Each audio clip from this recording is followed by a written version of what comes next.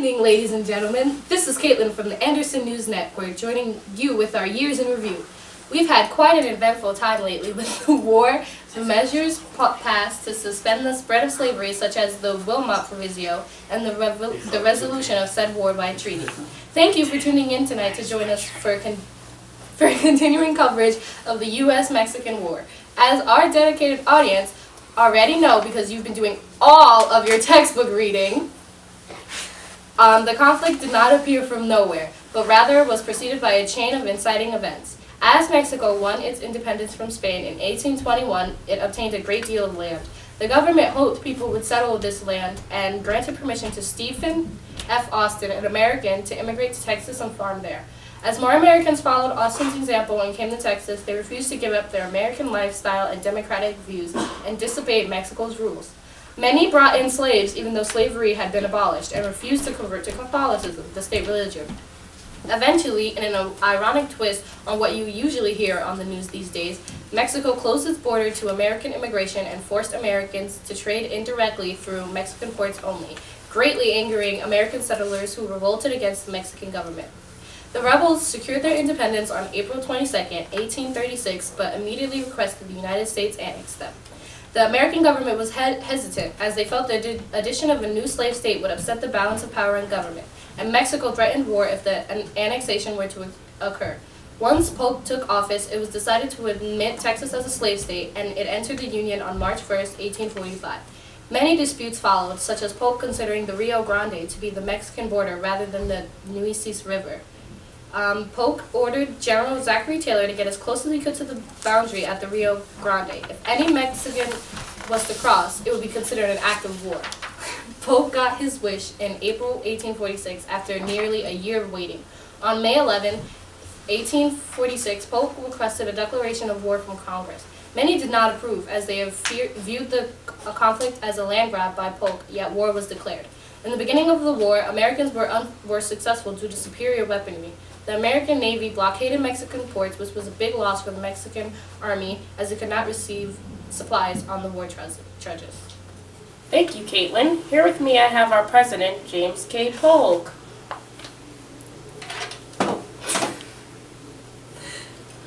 Mr. President, many say that you only engaged in war with Mexico to acquire land. Is this true? What? No. I mean, this war could help us gain the Mexican province of California, giving us the port of San Francisco, opening up trade in the Pacific. But there are other reasons. There are other questions. So let's move on. I know you received a lot of opposition to engaging in war with Mexico. My first question is, from who, and why do you think this occurred? There's been much opposition to this war, primarily the Whig Party. Don't even get me started on those darn Whigs. They're called Whigs because they're so fake. All they do is resent my work when I'm trying to achieve such great things. However, there are 3 people who have stood out in opposing this war. One of them is John Quincy Adams. Adams is old news. He and his dad had his time as president. He should just stay out of political affairs. Of course, this Whig had to make life harder for everyone when he voted against the war in the House of Representatives. Then there's that noob Lincoln, who is way over his head by making up these conspiracies about me, saying that I purposely started the war by standing in General Taylor to disrupt a peaceful Mexican settlement. What a load of hogwash that is. Finally, there's that whatever that is, hippie, Henry Thoreau, who believes in civil disobedience. I mean, newsflash, Thoreau, war is inevitable. It can't always be sunshine and rainbows. I don't understand why anyone would oppose this war. I mean, sure, it might cause the United States to be in more debt, and those darn Northerners want more land acquired from the war to become free states, which will not happen on my watch. But other than that, I don't see why they wouldn't support the war. Okay. Is it true that you sent John Slidell to Mexico to offer them $25 to $40 million to agree to the Rio Grande as the border, as well as give up the California and New Mexico territory? Yes, that is correct. As an attempt to gain land peacefully, I sent Slidell to Mexico to negotiate the terms. However, the incompetent Mexican regime refused to meet with Slidell, so he is left in protest on March 15th.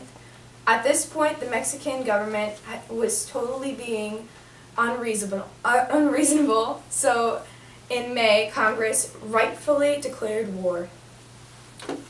There have been many reports that many American soldiers have died from disease rather than battle wounds. What is your plan to fix this? This war is going to be a short one, and my soldiers are not yet used to the terrain and surroundings. Once they are more familiar with the area, disease will be less of a problem. We just captured the Mexican town Monterrey. There is hope of a short war. Let us continue to fight this war. Once the war is over, disease will be irrelevant. What do you hope to accomplish from this war? I hope to fulfill our grand manifest destiny.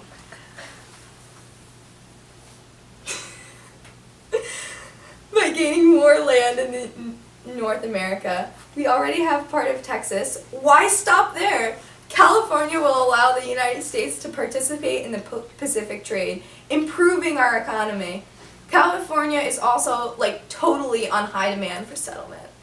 I hope to acquire all of Texas to the Rio Grande River. If we gain all the land, the United States will be significantly larger and therefore more powerful and wealthy than ever before. Is it true that you tried to make peace negotiations with Santa Anna and he refused? Yes, this came as a shock. We helped Santa Anna seize power, thinking that peace negotiations would be opened up. However, he changed his mind, the little backstabber, and wanted to fight rather than resolve our differences peacefully. What is next for the American military? My plan is to acquire all the land I have promised this great nation, such as Oregon, 5450 or fight. Hopefully this current war will allow America to expand. Otherwise, I have no plans to use our military in any other conflicts. However, I am planning to develop the U.S. Naval Academy to better train our officers. If Mexico wins, where does that leave America? Well, if Mexico thinks they're going to win, they are wrong. And Mexico has no chance of winning. 0. And this should be a short war. But in an alternative universe, if Mexico were to win, then America would most likely be damaged.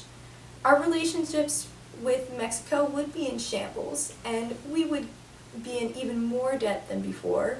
The new debt acquired would cause my promise of lower tariffs be impossible. There's a lot at stake. So that is why it's crucial for all my fellow politicians and citizens to give me their full support during this war. How do you think this war will affect your reputation? I do believe this war will only improve my reputation, for we have a good chance at acquiring a victory over the Mexicans. And once we do, the United States will experience a significant growth in size. Only good things will come from this war. Wow! Okay. LOL. Thank you, Mr. Polk. Well, there you have it. Back to you, Caitlin. Welcome back. I'm Tyler Tillett, and this is A&N. We are here still with our northern commentator, and we are discussing the Mexican-American War. The North completely opposed the ideology of war. While it is true that there will be more land added to our country if victory came about, this is only if we succeed, where is by no means assured. Now, why is the North against the ideology of war with Mexico? The dominant party of the North, the Whigs, strongly advised against the party, arguing that there would be a high military losses, costs of the war, and that it would worsen the impending debates of slavery. There you go. What about potential great economic gains in the future?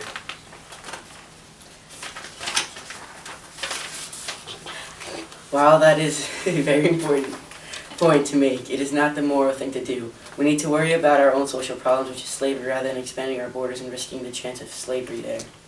Thank you, Senator. back to you in the studio. Once the Mexican-American War began, President James K. Polk asked Congress for $2 million to negotiate a peace treaty with Mexico when David Wilmot, a Democratic congressman from Pennsylvania, proposed an amendment to James K. Polk's military appropriation bills. The amendment prohibited slavery in any territory acquired from Mexico. It was passed by the House of Representatives but defeated in the Senate. Here with me I have our reporter, Brianna, with the eponymous David Wilmot. There are many rumors as to why you proposed the amendment. Can you tell us candidly why you chose to do so?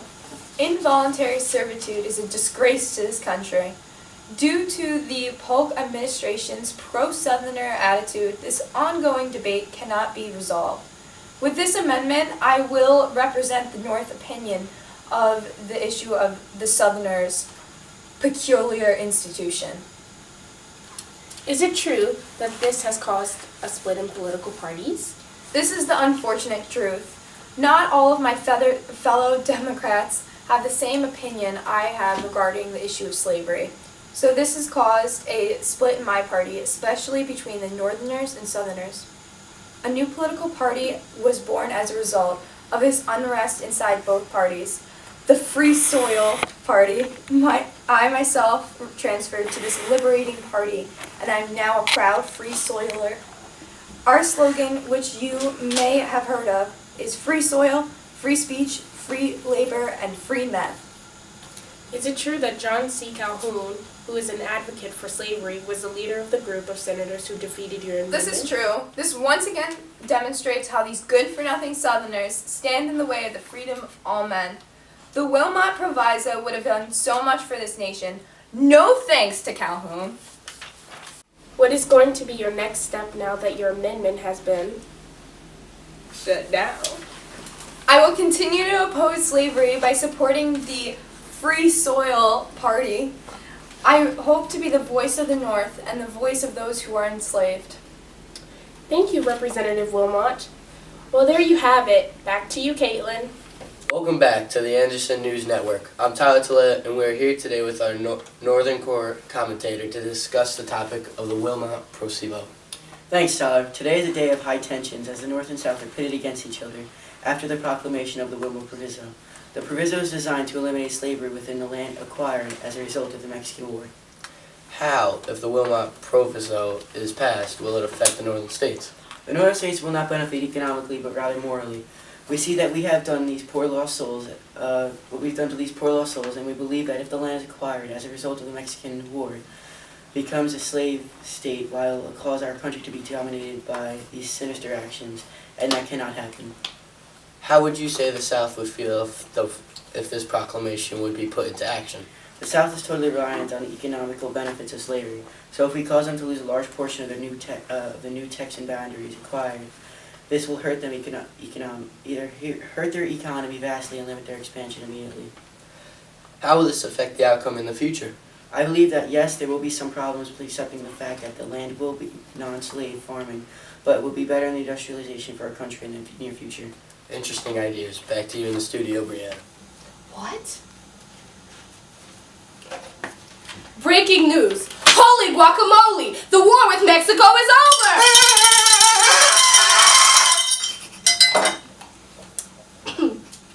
After the American capture of Monterrey, the Mexican government was still not willing to concede. But our military captured the capital, Mexico City, and their government surrendered in September 1847.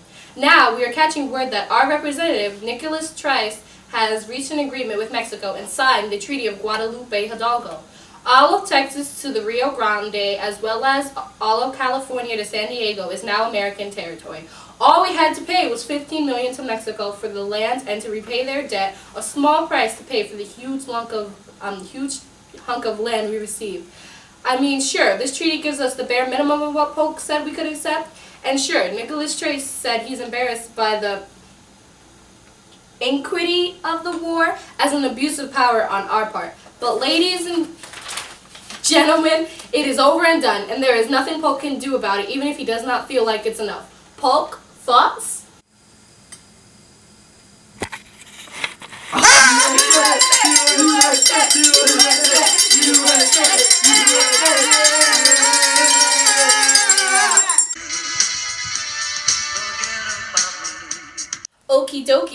pokey. I'm just poking some fun at you. And anyway, let's hear from our commentators. Introducing Senator Rufus Choate of Massachusetts and Senator George McDuff of South Carolina. First, let's hear from our correspondent up north. Senator Choate, what are your initial thoughts? Well, of course I'm pleased. I'm pleased that our soldiers are coming home from the horrors that they faced in destructive, needless war. But I am not altogether pleased with its results. Sure, we have won all this territory, but it's certain to be slavery territory. And what, sir, would be the matter with that? Slavery is but a necessary evil, and it is integral to our way of life. And to call this war needless, it is part of our proud, grand, manifest destiny to expand our rightful American civilization west across this heathen continent. It is God's intention. And what is not also God's intention for all men not to be free and equal? Did he not reveal to us in the second scripture, there is neither Jew nor gentle, neither slave or free, nor is there male or female, for you are all one of Christ Jesus. Why, never. Sorry, gentlemen, but we do not have time for this debate right now. Moving on, what implications do you think this victory will have for our country in the long run? It's impossible to say at this point, but considering the disagreements, we have already risen over the Wilmot Proviso, a measure which failed, but still divided our government. I believe our country has emerged from this war more divided than ever. Senator McDuffie?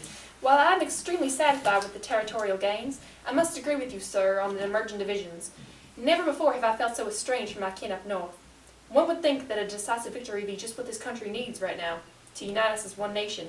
But I'm afraid that the question of what the one land will be used for is just tearing us further apart. Nonetheless, my fellow Southerners and I will do anything to protect our way of life from those who seek to threaten it, sir. Interesting ideas. Thank you, gentlemen. That was one poignant and appropriately a foreboding note. We will have to leave you for tonight, viewers. Signing off. This has been Brianna D. Chabert with ANN News.